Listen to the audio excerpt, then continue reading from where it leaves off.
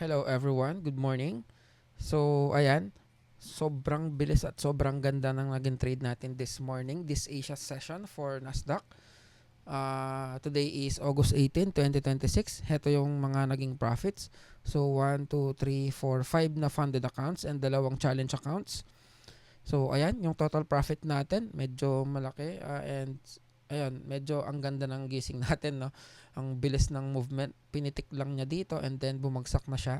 Tinarget yung mga sell side liquidities natin here. So, paano nga ba ako nag-come up sa trade na to? Delete muna natin yung mga profits. Ayan.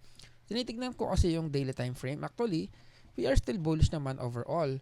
But, for today, we are expecting the price to retrace.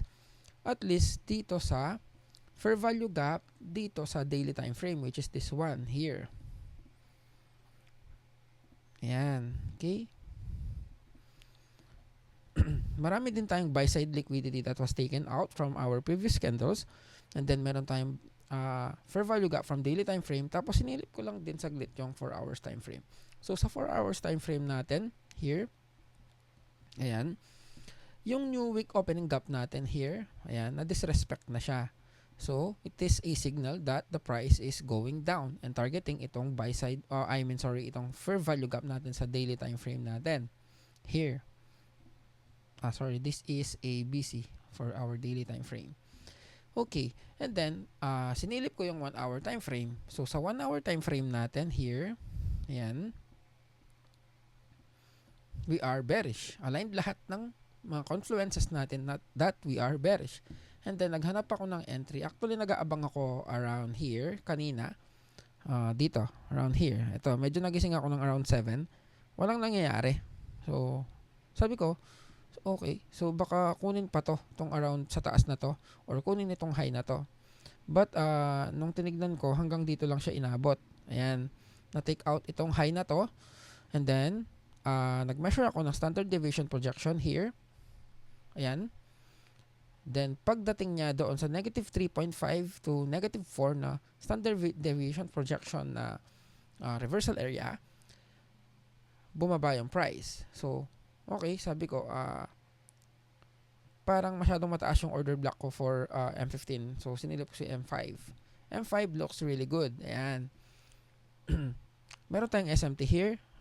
And then, meron akong order block here. So, ang nangyari, edi naghihintay ako. Yan, i-mark natin saglit. Bumabagsak na yung price. Okay, sabi ko, mukhang iiwan na ako. Parang itutuloy na yung pag-take out ng mga liquidities natin sa baba, which is nangyari nga dito. And nakuha na rin actually yung main target natin. Itong around here sa negative 0.5 to negative 4. But, sa trade ko, ang pinaka-main target ko lang is until here lang, which is at around 2.45 hours sa trade na to. Na bumabagsak na siya. Okay, sabi ko, limit order, hayaan ko lang. Tapos bigla niyang pinitik mabilis. Tapos bumagsak, dumiretso hanggang bumaba na. So, ayun, hanggang nag-react yung price dito sa mga sell-side liquidities here, plus standard deviation projection na negative 2 to 2.5. Yun lang.